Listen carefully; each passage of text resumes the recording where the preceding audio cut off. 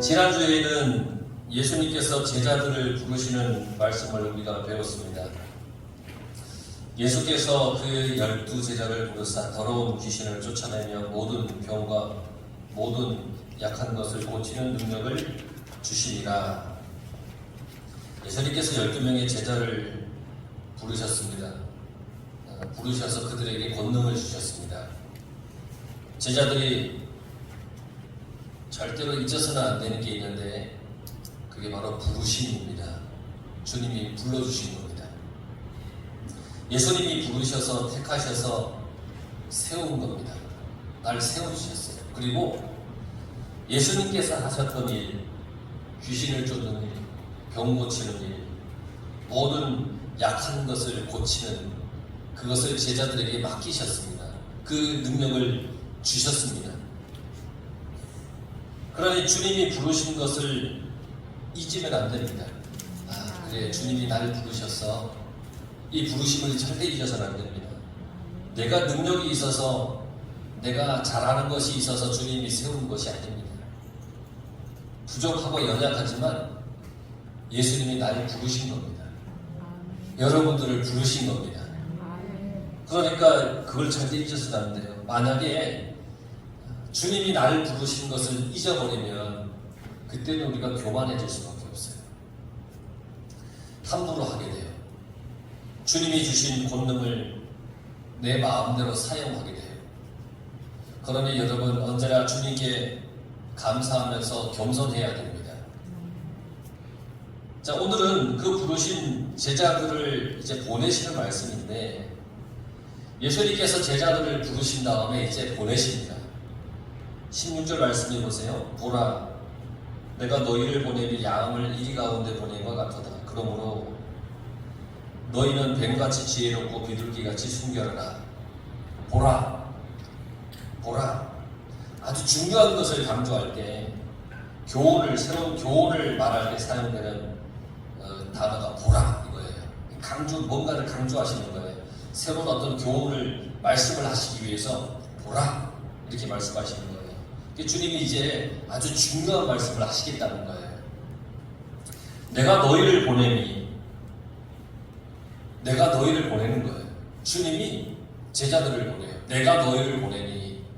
여기에서 가장 강조되는 단어가 하나 있는데 이건 내가. 그러니까 너희를 파송하는 것은 나다 이거예요. 너희가 스스로 가는 게 아니라 지금 내가 너희를 파송하고 있다. 내가 지금 너희를 파송한다.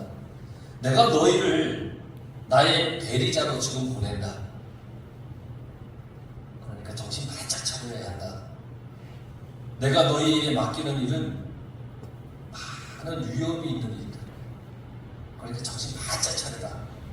이렇게 말씀하세요. 예수님은 제자들이 스스로의 능력으로는 자신을 방어할 수도 없고 위험한 처지에 처하게 될 것을 아시면서 제자들을 파송하세요. 이들을 보내는 것을 양이 이리 가운데 가는 것으로 비유하셨어요. 여러분, 양을 이리 가운데 보낸 것 같다. 내가 너희를 보내는 것이 마치 양을 이리대 가운데 보낸 것과 같아. 제자들은 평화의 복음, 하늘나라의 복음을 이제 전하러 가는 사역자들입니다. 그런데 이들이 가는 이 세상은 반항하고 냉정하고 아주 잔인한 곳이에요. 주님의 복음을 들고 가는 제자들을 향하여 아주 반항적이고 냉정하고 잔인한 곳, 이게 세상이라는 거예요. 양이 이리대 속으로 달려 들어가요. 그럼 어떻게 될까요? 양이 이리 가운데 들어가면 다 찢기고 상하고 결국은 죽게 되겠죠. 우리들이 신앙생활을 한다고 하는 것이 이런 걸 겁니다. 이리대 가운데 살아가는 삶 쉽지 않아요. 신앙생활을 하면서 살아가는 게 정말 쉽지가 않아요. 내가 포기해야 할 것도 많고 놔야 될 것도 많고 내가 버려야 될 것도 많고 낮아져야 돼요. 손에 어떨 때는 주를 위하여 손해를 봐야 되기도 하고 막 그렇습니다. 쉽지가 않아요. 우리는 양이고 우리를 둘러싸고 있는 환경은 일이 때예요. 그냥 어렵게 하는 정도가 아니라 막 물고 뜯고 찢기고 상하게 하고 잡아먹을 것들이 있다는 말씀입니다. 우리가 잡아먹힌다는 것.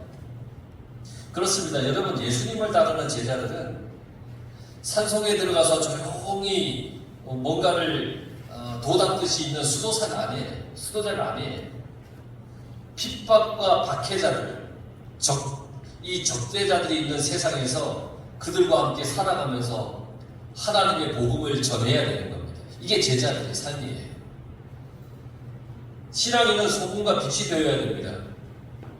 쉬운 일이 아니지요. 여러분, 소금과 빛으로 살아가는 게 정말 어렵습니다. 주님은 그렇게 살아라고 말씀하셨어요. 그래서 우리는 그렇게 살려고 애쓰고 노력해야 됩니다. 그런데 막상 그렇게 살려고 하다 보면 그 쉽지가 않아요. 신앙생활은 이런 겁니다. 편하고 아니라는 게 아닙니다. 예수님과 제자들의 사역이 이런 겁니다. 박해와 핍박이 있는 길이고 찢기고 상하고 죽음이 있는 그런 길이었습니다. 예수님은 제자들이 가는 곳이 평안하지 않다는 것을 다 아세요. 알고 계세요. 방해와 핍박이 있다는 걸 알아요. 근데 예수님은 그걸 알면서도 그 제자들을 보내셨어요.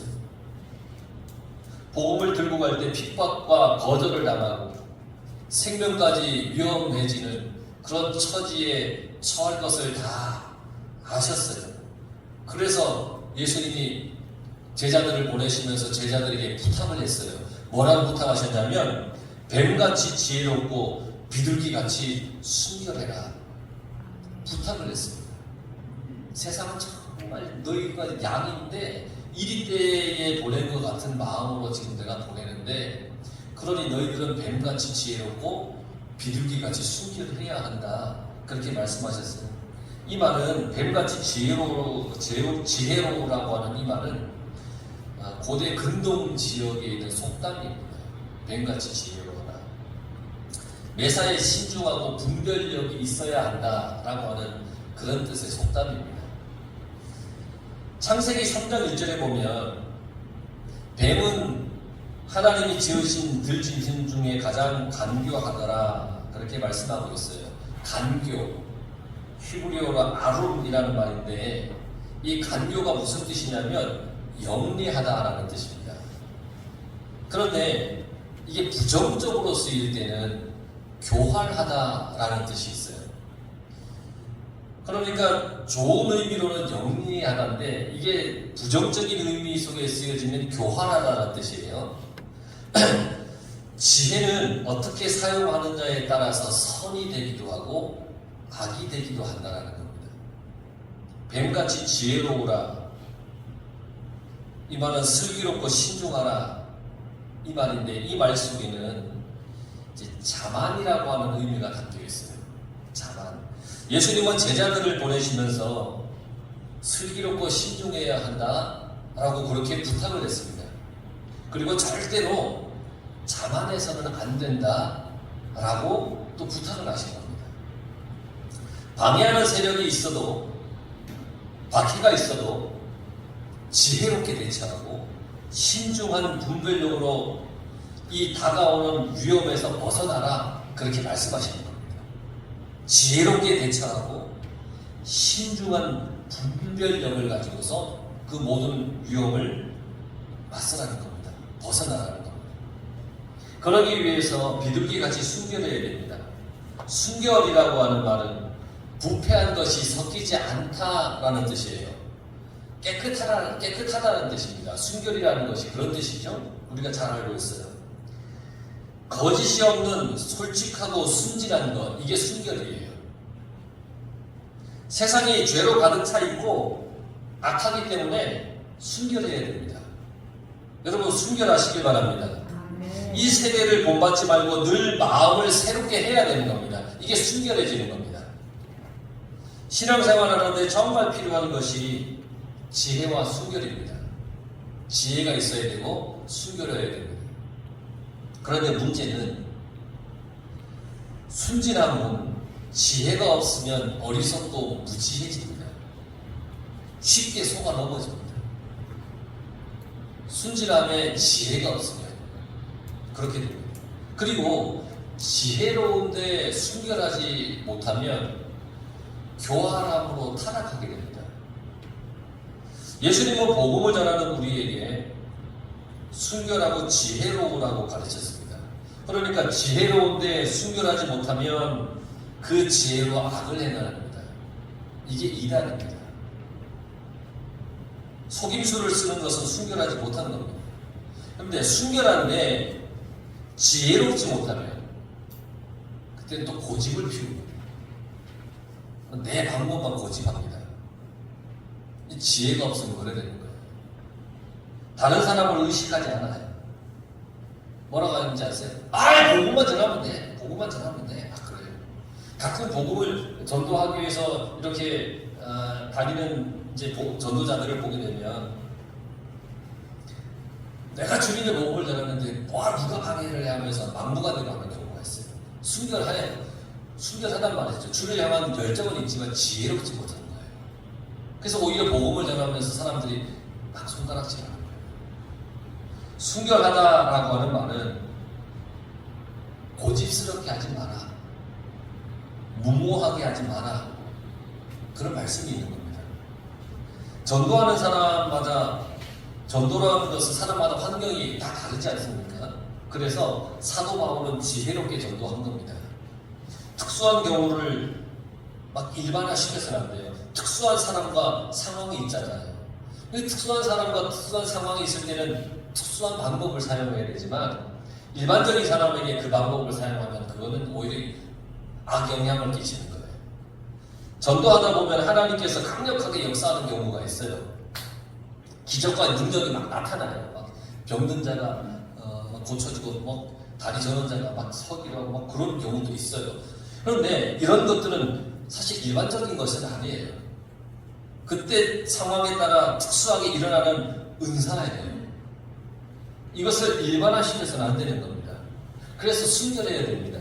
항상 깨끗하게 하나님을 의지해야 되는 겁니다. 늘 하나님만 의지해야 되는 겁니다. 나의 이득을 위해 전도하는 것은 순결한 게 아닙니다. 우리는 하나님께 지혜를 달라고 기도해야 하고 스스로 순결하도록 살피고 지켜야 되는 겁니다. 그러니까 순결하고 지혜로운 두 가지를 다 가지라고 주님께서는 부탁을 하신 겁니다. 여러분 지혜롭고 순결하시길 간절히 바랍니다. 그런데 우리 교회인들은 다 그래요. 다 지혜롭고 다 순결해요. 정말입니다. 우리 교회인들은 다 그렇더라니까요. 다 지혜롭고 순결하더라니까요. 늘 여러분 그 마음을 주님께서 부탁하신 이 말씀을 잊지 마시길 바랍니다. 17절 말씀을 보면 사람들을 삼가하라. 그들이 너희를 공회에 넘겨주겠고 그들의 회당에서 채찍질하리라 그랬습니다. 사람을 삼가하라. 이 말은 마음을 지키라는 뜻을 가지고 있습니다. 삼가하라는 뜻은 마음을 지키라는 겁니다. 이리와 같은 사람들을 조심하고 자신을 보호하라는 말씀이에요. 불필요하게 위험성으로 달려 들어가지 말고 분별력과 지혜를 적절하게 활용하라는 겁니다. 이 말은 박해를 받지 않도록 조심하라고 하는 말이 아니라 박해를 받더라도 믿음이 흔들리지 않도록 조심하라는 겁니다. 박해를 받을 수 있어요. 그런데 박해를 무조건 받지 마라 이게 아니라 내가 박해를 받더라도 그 속에서 믿음이 흔들리지 않도록 조심하라는 그런 뜻을 가지고 있습니다. 그들이 너희를 공회에 넘겨주고 회당에서 채찍질하리라. 공회라고 하는 것은 공공질서를 유지하는 그런 기능을 가지고 있어요. 치안 유지의 책임을 담당하고 있는 게 공회예요. 그러니까 제자들이 복음을 전하다 보면 질서를 어지럽힌다는 이유로 처벌을 받게 될 것을 주님이 아셔요. 듣도 보도 못한 것을 얘기 안 해? 그러면서 막 질서를 어지럽힌다고 제자들을 잡아갈 것을 주님께서 아셨다는 거예요. 그러니까 공회에 넘겨주고 회당에서 채찍질하리라. 여러분 채찍질을 당하면서 복음을 전할 수 있을까요? 여러분들이 복음을 전하는데 누군가가 여러분들을 복음을 전한다고 채찍질을 하면 그래도 내가 채찍질을 당하면서도 복음을 전해야지 하면서 할 수 있을까요? 사도 바울은 39번 채찍질을 맞으면서 그걸 5번이나 당하면서 복음을 전했다는 겁니다. 정말 쉬운 일이 아니죠. 주님은 그걸 다 아셨어요. 그래서 제자들에게 미리미리 이런 일들이 있을 거야 라고 말씀해 주시고 18절에 보세요. 또 너희가 나로 말미암아 총독들과 임금들 앞에 끌려가리니 이는 그들과 이방인들에게 증거가 되게 하려 함이라. 총독들과 임금들 앞에 끌려가요. 이 로마 총독들이에요. 그리고 로마 황제와 제국 내에 있는 임금들이에요. 이들은 어떤 이 세속적인 통치자들이에요. 정치적으로 핍박을 당하게 돼요. 그런데 예수님은 이런 상황이 오히려 이방인들에게 증거가 될 그런 기회가 될 거라고 말씀하셨어요. 너희가 잡혀가는데 그게 오히려 말씀을 전하는 기회가 된다는 겁니다. 박해를 받고 재판을 받는 것이 오히려 복음을 전하는 기회가 될 것이라는 겁니다. 재판을 받게 되면 자연스럽게 예수님의 복음, 주님의 그 복음에 대한 증언을 하게 될 것 아니겠습니까? 야, 너 뭔가를 알고 다니는 거야? 말해봐! 그러면 거기서 복음을 증거하게 될 것입니다. 듣는 자들이 예수님을 알게 될 것이라는 겁니다. 감옥에 갇히는 것도 그들에게 복음을 전하는 기회가 될 거라는 겁니다. 감옥에 갇히게 되면 재판을 받게 될 거라는 겁니다. 재판을 받는 것도 재판장에게 예수님을 증거하는 기회가 될 거라는 겁니다. 재판을 받을 때 너 무슨 말을 하는 거야? 너가 하고 싶은 말 해봐 라고 들으면서 판단을 할 거 아니에요. 그때에 이러한 복음을 전하는 기회가 될 거라고 주님은 그걸 말씀하셨고, 그러니까 총독과 임금 앞에 끌려가고 감옥에 가도 그게 불행한 것이 아니라 오히려 이방인들에게 복음을 전하는 귀한 기회가 될 거야. 그렇게 주님이 말씀하셨어요. 19절 20절에 보면 너희를 넘겨줄 때 어떻게 또는 무엇을 말할까 염려하지 마라. 그때 너희에게 할 말을 주시니 말하는 이는 너희가 아니라 너희 속에 말씀하시는 이 곧 너희 아버지의 성령이시라 그랬습니다. 지금까지 주님이 쭉 이렇게 말씀하시는 것을 제자들이 들었을 때 제자들의 마음이 어땠을까요?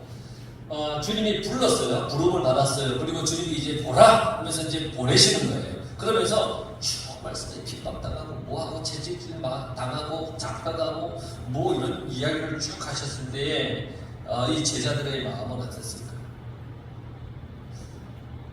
제가 한번 제자들의 입장에 한번 되어보려고 이렇게 생각을 해봤는데 겁나고 무서워요.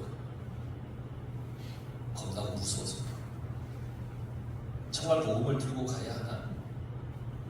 불안해서 그래요. 회당에서 채찍질 당하고 세상 법정에 서야 하고 감옥에 갇히게 될 거라는데 정말 두려웠습니다. 근데 예수님이 하시는 말씀이 야, 그런데 염려하지 마라. 염려하지 마라. 재판을 받을 때 인간적인 능력, 어떤 인간적인 어떤 말재주로 변론하려고 애쓰지 마라. 그렇게 말씀하셨어요. 말할 때 무엇을 말해야 하는지 하나님이 알려주실 거예요.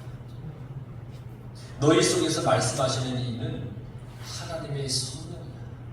그러니까 아무 염려하지 마. 그렇게 주님께서 그들을 위로해 주었습니다. 힘들고 어렵지만 주님의 말씀을 따라 살아갈 때 성령께서 우리를 거룩하게 이끌어 주실 거라는 겁니다. 여러분, 신앙생활하는 것이 참 힘들잖아요. 신앙을 가지고 살아가는 이 세상의 삶이 되게 힘들잖아요. 그런데 그럴 때마다 주님은 우리를 거룩하게 이끌어 주실 거라는 겁니다. 어떻게 살아가야 할지, 어떤 마음으로 어떤 말을 하며 살아가야 할지 가르쳐 가르쳐 주시겠다는 겁니다. 죄악이 가득 차 있는 세상에서 승리하도록 성령께서 지혜를 주시겠다는 겁니다. 그러니까 무서운데 주님이 염려하지만 이렇게 도와주고 이렇게 항상 함께 있을 거야 라고 위로해 주시고 또 그들을 격려해 주시겠어요. 그때 할 말을 주시리니 바로 그 순간을 말합니다. 내가 준비되어 있지 않아도 순간순간 성령님이 마음을 감동시켜서 적절한 말을 주신다는 겁니다. 얼마나 감사합니다. 얼마나 감사합니다. 참으로 위로가 되는 말입니다. 제자들에게는 이보다 더 큰 위로의 말씀이 없습니다. 제자들은 대부분 어때요? 어미 아니면 서민들이 가난했어요. 배우지 못했어요. 고위층이나 관리 총독들 앞에 섰을 때 무슨 말을 해야 할지 두려운 게 당연하지 않겠습니까?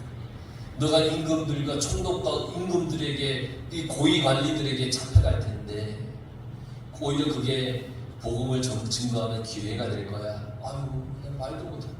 저렇게 많이 배우고 저렇게 높은 이들에게 내가 무슨 말을 어떻게 해야 되지? 두려운 게 당연했을 거예요. 근데 주님이 하시는 말씀, 말하는 이는 너희가 아니라 그래요. 내 속에서 말씀하시는 이는 성령님이십니다. 제자들 속에는 이미 하나님의 성령이 계세요. 성령님이 도와주신 거예요. 스데반 집사님도 성령 충만하여서 복음을 전하였습니다.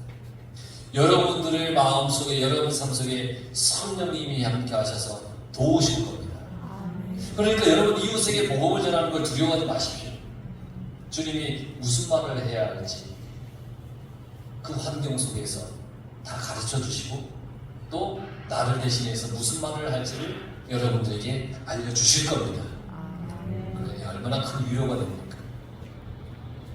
그런데 21절, 22절에 보면 장차 형제가 형제를 아버지가 자식을 죽는 데 내주며 자식들이 부모를 대적하여 죽게 하리라. 또 너희가 내 이름으로 말미암아 모든 사람에게 미움을 받을 것이나 끝까지 견디는 자는 구원을 얻으리라 그랬습니다.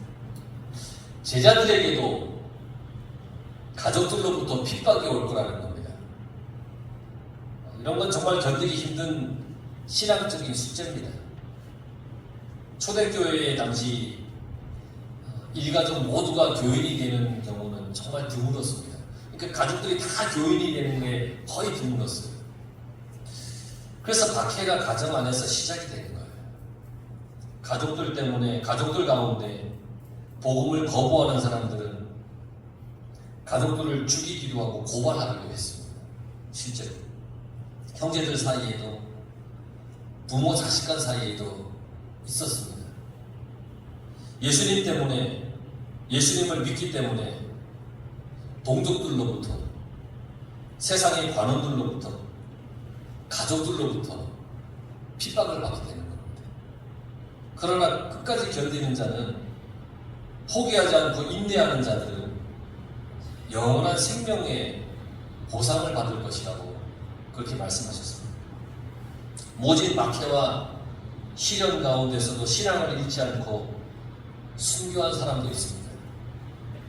견디지 못하고 배교한 사람도 있습니다. 등진 사람도 있습니다.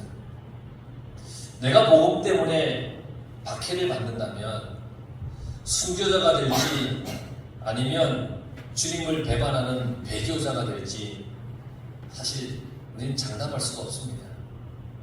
실제로 박해를 받아보아야, 시련을 겪어보아야 진짜 신앙이 드러나는 겁니다. 여러분, 어떤 박해 속에서도, 어떤 시련 속에서도 주를 향한 믿음이 여러분 꺾이지 않기를 간절히 바랍니다. 23절에 보면 이 동네에서 너희를 박해하거든 저 동네로 피하라. 내가 진실로 너희에게 이르노니 이스라엘의 모든 동네를 다 가리지 못하여 인자가 오리라 말씀하셨습니다. 이 동네에서 박해를 하거든 저 동네로 피하라. 피하라고 하는 말씀은 어떤 불필요한 갈등을 일으켜서 복음을 전파하는데 그 모든 것 상황이 절망적으로 가게 하지 말라는 겁니다. 무턱대고 죽음 앞에 생명을 내던지지 말고 피하라는 겁니다. 예수님도 박해를 받을 때에 피하셨습니다. 사람들이 몰려올 때 그곳을 피하셨습니다. 예수님이 겁이 나서 그런 것이 아닙니다. 무서워서 그런 것이 아닙니다. 아버지의 뜻을 온전히 이루기 위해서 정하신 때가 오기를 기다리면서 피하신 겁니다. 그런데 그 정하신 때가 왔을 때는 예수님은 더 이상 피하지 않고 십자가를 지셨습니다. 아버지의 그 때를 위해서 내가 무모하게 행하지 않는다는 겁니다. 순교는 예수님을 증언하는 한 방법입니다. 순교가 우리 삶의 목적은 아닙니다. 박해를 피할 수 있으면 피해야 됩니다. 박해를 받을 때 어떤 그릇된 잘못된 희생심을 가져서는 안 됩니다. 어떤 영웅심에 사로잡혀서 그렇게 내가 박해를 받겠다 이런 마음을 품어서도 안 됩니다. 순교는 나의 선택이 아닙니다. 순교는 하나님의 은총입니다. 하나님의 은총이 없으면 그 누구도 순교 못합니다. 내가 선택해서 하는 순교가 아닙니다. 하나님의 은총이 있어야 되는 겁니다. 조선시대에 많은 박해가 있었습니다. 죽음으로 이 증언한 순교자들도 많았습니다. 박해를 피해서 깊은 산속에 들어가서 신앙생활을 하면서 복음을 지킬 사람도 있었습니다. 여러분, 흩어지는 이 박해는 복음이 전 세계로 전파되는 큰 역할을 했습니다. 박해를 피해서 흩어질 때에 오히려 그게 더 큰 복음 전파의 역할을 하는 일도 있었습니다. 이게 하나님의 섭리입니다. 그리고 하나님의 섭리하심을 보면 복음을 전하다가 추방당하는 곳이 있는가 하면 영접하는 지옥도 있는 겁니다. 우리는 다 하나님의 뜻을 알 수가 없습니다. 그저 우리는 주님의 말씀 따라 지혜롭게 순결하게 복음을 전하고 담대하게 또 이 동네에서 전하다가 박해가 있으면 피하라고 할 때 지혜롭게 우리는 주님의 말씀을 따라 지혜롭게 순결하게 복음을 전하는 삶을 살면 됩니다. 때로는 거부합니다. 사람들이. 여러분 복음 전한다고 다 받아들입니까? 막 거부하기도 하고 욕하기도 하고 하지 말라고 그러고 막 그럽니다. 그러나 또 어떤 일은 그러냐고 그러면서 막 받아들이는 경우도 있다는 겁니다. 이스라엘의 모든 동네를 다 다니지 못하게 인자가 오리라고 했습니다. 박해하는 자들이 예수님의 복음을 없애려고 해도 결코 없앨 수가 없다는 겁니다. 복음을 아무리 단절시키려고 해도 복음은 없어지지 않습니다. 마지막 승리는 예수님이십니다. 예수님은 우리의 믿음을 보상하고 상급을 주시기 위해서 다시 오십니다. 다시 오십니다. 예수님을 대적한 무리들은 마지막에는 반드시 심판을 받을 겁니다. 24, 25절에 보면 주님이 말씀하셨어요. 나를 바알세불 귀신의 왕이라고 핍박했는데 너희들은 오죽하겠냐 이 얘기입니다. 선생님 내가 핍박을 받았으니 제자인 너희들이 핍박받는 게 당연하지 않겠냐. 28절에 보면 사람의 몸은 죽여도 영혼은 죽이지 못한다고 그랬습니다. 육은 죽일지라도 영혼은 영원한 천국에서 살 거라는 거예요. 29절에 보면 하찮은 참새도 하나님이 허락하셔야 떨어지지 너희들은 그 참새보다 더 귀하지 않느냐. 32절에 보면 누구든지 사람 앞에서 나를 시인하면 나도 하늘에 계신 내 아버지 앞에서 그를 시인할 것이다 그랬습니다. 박해도 있고 핍박도 있고 여러 어려움이 있지만 하나님이 지켜주신 겁니다. 참새들보다 너희가 더 귀하다. 너희가 나를 시인하면 나도 하나님 앞에서 너희들을 시인할 것이다. 그러나 그 뒤에 말씀은 뭐예요? 나를 부인하면 나도 부인한다. 여러분 복음을 위해 살아갈 수 있길 바랍니다. 주님은 항상 우리 곁에 계시고 우리와 함께 계십니다. 두렵기도 하고 힘들기도 하지만 나와 함께 계신 주님을 의지해서 여러분 우리를 보내실 때 그 사명을 우리가 잘 감당할 수 있도록 지혜롭게 순결하게 주님의 거룩한 제자가 되길 간절히 축원합니다.